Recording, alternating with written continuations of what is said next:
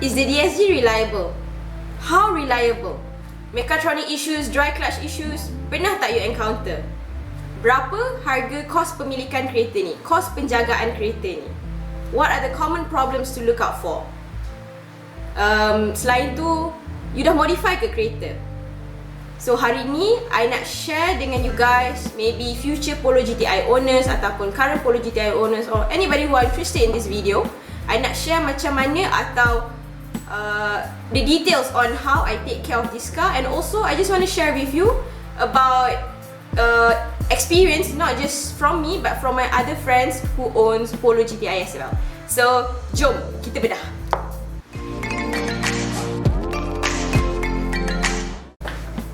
Wow, that's a lot of questions. Banyak juga soalan. Saya akan cuba jawab, but just a disclaimer, apa yang saya bakal share, these are based on my experience, based on my friends experience, yang mana kawan-kawan saya yang ada Polo GTI. Bukan 2, bukan 3, tapi ramai sebenarnya yang memiliki Polo GTI. So saya pun ada juga dapat nasihat daripada mereka semualah, yang mana memang owner, ada yang owner sejak daripada tahun 2013, ada yang second owner, ada yang third owner.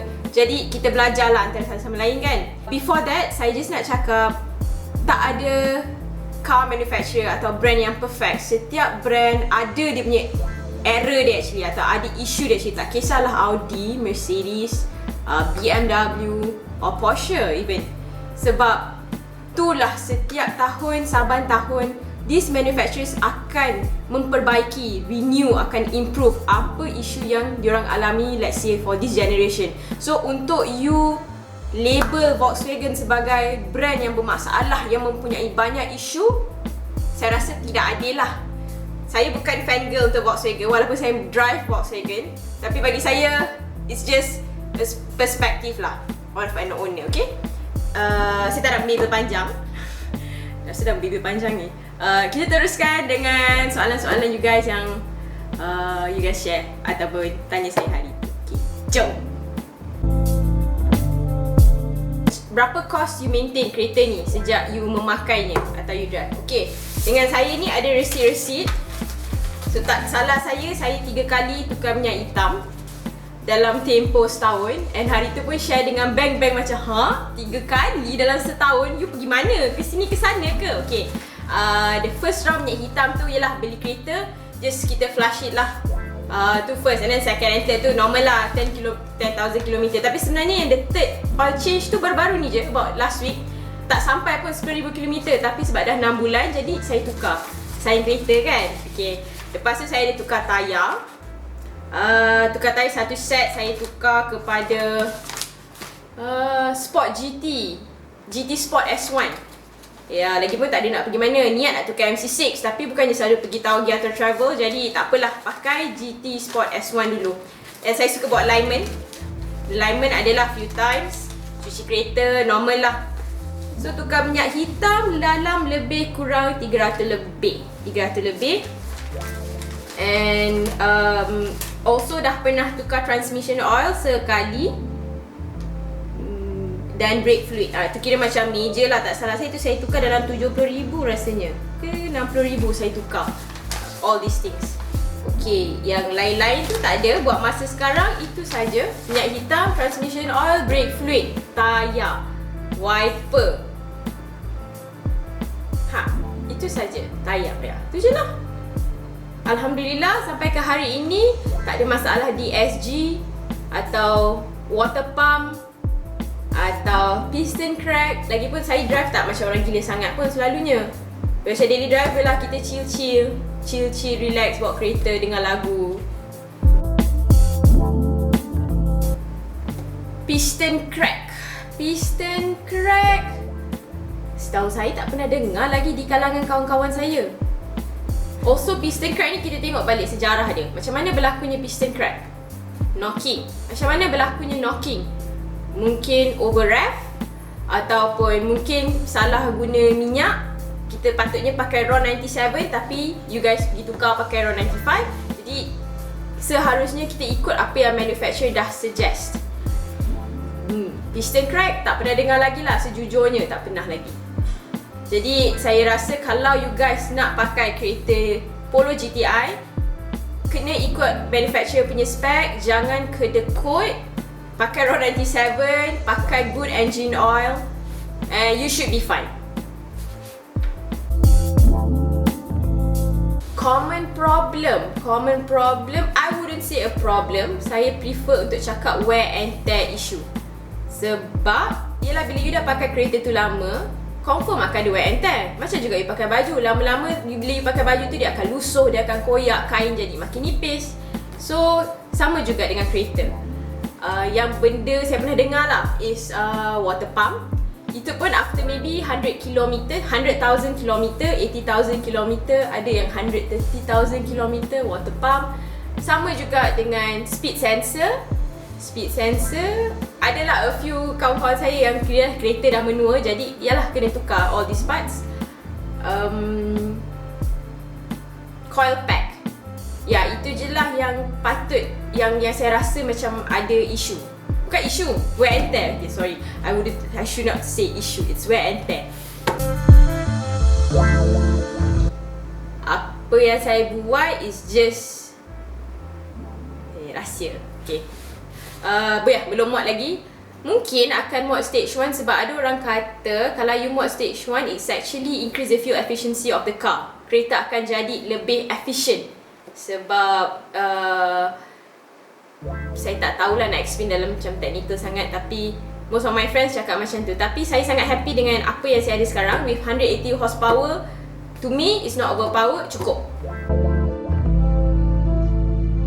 Ada yang tanya saya, kenapa Polo GTI dah bukan Golf GTI? Okay, Golf GTI Mark 6 atau Mark 7 atau Mark 7.5.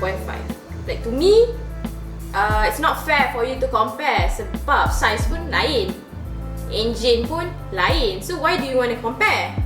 Tapi pada yang dah pernah tengok video saya sebelum ini, ada yang tahu saya sebenarnya pernah drive Golf GTI Mark 7. Okay, saya cerita apa the comparison lah, apa saya feel untuk drive Polo GTI ni. So to me, Polo GTI sangat best, sangat nimble, sangat kecil and not overpowered. Sebab bagi saya bila saya drive Golf GTI Mark 7 tu, sebab dia hanya ada turbo charger kan. So bila turbo tu baru nak masuk, kereta depan dah brake, jadi kita pun kena brake. So to drive in the city, bagi saya Polo GTI ni sangat lagi best lah. Kat traffic light you can just, let's say tekan minyak, supercharger masuk and then turbo charger masuk. So pantas.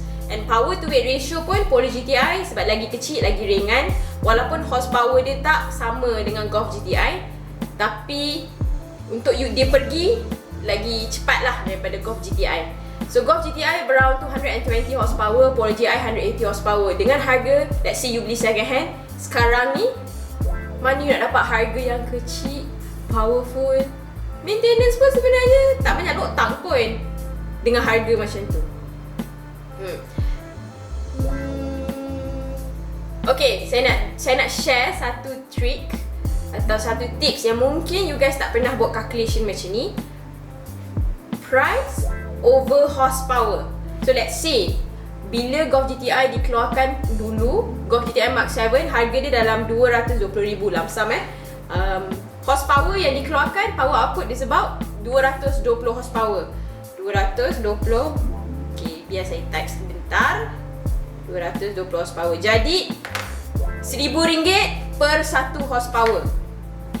Okay, untuk Polo GTI pula dulu dikeluarkan dalam 100, let's say lah lamsam dalam 120,000. 120,000 bahagi dengan 180 horsepower, dia hasilkan 180 horsepower kan. Okay, so dalam RM666 per horsepower. I know it's not fair. Kereta Polo kecil, kereta Golf lagi besar, ataupun kereta Golf lagi berat semua and what not lah. All this comparison, line segment, okay, put that side sebab korang nak sangat compare. So I compare in terms of price and horsepower. Just imagine for you to get 1 horsepower, you bayar Polo GTI RM666 je. So mana you rasa lagi valuable or worth the money? So for me, Polo GTI ni sangat-sangat good for the pocket, good for the mind, and good for the enjoyment. The enjoyment that I get is lagi kereta yang korang rasa patut kita kaklik? Ford Fiesta ST. Itu korang kaklik sendirilah. Okay? So, itu salah satu trik lah saya just nak share. Ada juga soalan, okay, soalan ni sangat terkenal, DSG. Macam mana DSG tu? Reliable tak? Mahal tak? Okay, DSG untuk you repair. Okay, DSG ada dua komponen, iaitu mechatronic dan juga clutch. So, untuk you repair mechatronic dalam lebih kurang 8,000 hingga 10,000 ringgit. Dan untuk clutch dalam lebih kurang 2 hingga 4,000 ringgit. Okay, saya tak pernah tukar lagi, tapi saya ada kawan-kawan yang dah tukar. Dan ada juga yang dapat recall daripada Volkswagen Service Center sendiri untuk tukar dia punya mechatronic. Okay, yang itu ada kawan-kawan saya yang 150,000, 150,000, 200,000, macam saya 80,000, tak ada masalah lagi. Walaupun on hard driving, sebab kita run in a better fuel and also kita maintain, kita tak skip service interval, kita tak skip, kita guna good engine oil. Jadi ini adalah salah satu faktor yang membantu untuk jaga mechatronic dengan clutch juga. Also, janganlah bila at traffic light every single time you duk tekan je kan. I mean tekan macam from 0 to, let's say 0 to 1 lah, 0 to 1, you tekan, you pedal hard every time. So benda tu akan menghauskan you punya clutch pad jugalah. Okay, clutch, kita bayangkan dua plate, memang clutch pun memang plate sekarang kan. So dua plate saling bergeser antara satu sama lain, dan saban hari benda tu akan haus. Jadi at one point you akan kena tukar your clutch plate. Jadi saya rasa ini bukan isu sebenarnya, this is more on wear and tear. Bila you memiliki kereta ni, kena masukkan juga all the maintenance cost, and not just bayar bulan-bulan atau minyak. Yang ini wear and tear, kereta tua kan, kereta dah tua, jadi penjagaan dia pun lebih lah. Kita kena expect that, take that risk and expect that. Saya nak bagi satu tips. Once you pakai kereta konti, tak kisahlah BMW ke Volkswagen, Mercedes, don't ever use cheap parts. Bukan try your best, but you must pakai original parts. Just imagine untuk long term you beli original part, yes, mahal, plus labor charge, tapi boleh tahan sampai 3 hingga 5 tahun. Okay lah, paling busuk 1 hingga 3 tahun. Tapi let's say you pakai the cheap spare parts yang boleh tahan 3 hingga 6 bulan, atau paling common mungkin lah 3 hingga 1 tahun, 3 bulan hingga 1 tahun. Murah memang murah, tapi just imagine you pakai original parts boleh tahan 3 tahun, hanya 1 labor charge sekali. You pakai you pakai cheap parts, you kena tukar every 6 months or every year, 3 kali, darab dengan 3 labor charge. Tak ke cost tu akan lagi tinggi? So, kat mana yang you save duit sebenarnya? Your time, effort, itu semua you kena ikut, kena kira juga. So, bagi saya nasihatkan, don't ever cut corners when it comes to service and maintenance. Jangan cut corners. Pakai original parts, barulah kereta tu tahan lama. Kata sayang kereta, dan you nak bagi dia parts yang murah, kan? Before you beli kereta, acknowledge all this. Sebab saya perasan banyak yang sebenarnya you beli kereta, yes you mampu pakai bulan-bulan, bayar bulan-bulan semua. But did you include all this maintenance, all these parts? Did you include that in your running cost lah? Polo GTI, jangan guna RON 95. Yes, please don't. Kalau boleh, nak pakai RON 100 boleh, but not RON 95. Sebab manufacturer sendiri dah cakap RON 97. So, in conclusion lah kan, Polo GTI memang sakit daripada kereta maybe Myvi atau kereta Honda City. Tapi bagi saya, kalau dia memberikan saya kepuasan, yang mana setiap kali masuk kereta, setiap kali keluar kereta, dia akan bagi saya senyuman, dia akan buat saya happy. So I don't mind spending on the car. Macam juga kita sayang orang lah kan, kita cuba nak bagi yang terbaik untuk dia. Jadi sama juga dengan kereta, bagi yang terbaik, don't cut corners. Itu sajalah conclusion saya. Alright guys, thank you so much for watching. Kalau ada soalan tambahan, just let me know down below. And mungkin saya boleh buat part 2, dan saya jemput, atau saya boleh jemput kawan-kawan saya yang lain untuk share experience dorang memakai atau drive Polo GTI. And yes, this car of mine memang senantiasa memberikan saya senyuman setiap kali drive. Tak kisahlah drive slow ke, drive laju ke, bila saya memerlukan. Memang yes, saya suka drive Polo GTI daripada Golf GTI. Sebab Polo GTI kecil dan boleh cilok dengan senangnya. Kalau Golf GTI saya kan pendek, jadi saya macam tak nampak. Dan dia panjang. Tapi kalau drive highway memang tak disangkal lah, Golf GTI lagi best dan rasa lagi stabil. And lagipun teknologi Golf GTI Mark 7 adalah banyaklah pembaharuan dia daripada kereta tahun 2013 kan. Jadi jangan condemn Volkswagen sangat-sangat sebab brand lain pun ada masalah dia sendiri. Bukan Volkswagen je, cuma setiap tahun akan ada improvement. Okay semua? Alright, like, subscribe dan jangan lupa share dengan kawan-kawan yang bakal membeli Polo GTI atau aspiring owners, I would say. Okay, bye.